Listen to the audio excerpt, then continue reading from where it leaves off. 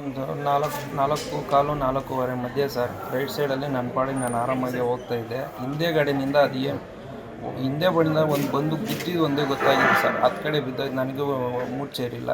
ಅಲ್ಲಿ ಲೋಕಲ್ ಅವ್ರಿಗೆ ಒಂದಿಬ್ಬರು ಯಾರೋ ಬಂದು ಇಬ್ಬರಿಸಿದ ಮೇಲೆ ಈಚೆಗೆ ಬಂದಿದ್ದು.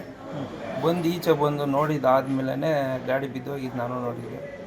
ಆಮೇಲೆ ನಾನು ಮೊಬೈಲ್ ತಗೊಂಡು ಅಲ್ಲಿ ಅವ್ರು ಹೆಲ್ಪ್ ತಗೊಂಡು ಮೊಬೈಲ್ ತಗೊಂಡು ನಮ್ಮ ಫ್ರೆಂಡ್ಸ್ ಇನ್ನೊಂದು ಗಾಡಿ ಹೋಗ್ತಾಯಿದ್ದೆ. ಅವ್ರಿಗೆ ಫೋನ್ ಮಾಡಿ ಅವ್ನು ಬರೋಕೆ ಹೇಳಿ ಅಲ್ಲಿಂದ ಅವ್ನ ಹೆಲ್ಪಿಂದ ನಾನು ಹಾಸ್ಪಿಟ್ಲಿಗೆ ಬಂದು ಹಾಸ್ಪಿಟ್ಲಿಗೆ ಅಡ್ಮಿಟ್ ಆಗಿದ್ದೆ ಸರ್.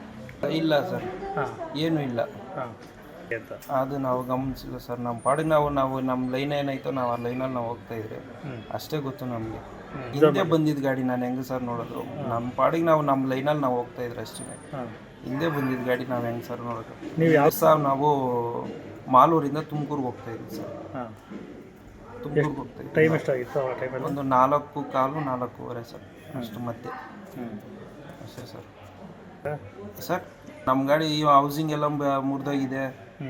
ಹೌಸಿಂಗು ಮುರಿದೋಗಿದೆ. ಆಮೇಲೆ ಎಲ್ಲ ಬರೀ ಪಲ್ಟಿ ಆಗೋಗಿದೆ ಸರ್ ಗಾಡಿನೇ. ನೋಡಿ, ಹೌಸಿಂಗ್ ಸಮೇತ ಎಲ್ಲ ಕಟ್ಟಾಗೋಗಿದೆ. ಸ್ಟೆಪ್ನಿ ರೋಡಲ್ಲೇ ಇತ್ತು. ಹೌಸಿಂಗು ರೋಡಲ್ಲೇ ಇತ್ತು. ಗಾಡಿ ಮಾತ್ರ ಬಿದ್ದೋಗಿತ್ತು. ಗಾಡಿ ಫುಲ್ ಅಲ್ಲ ಸರ್, ನಾನು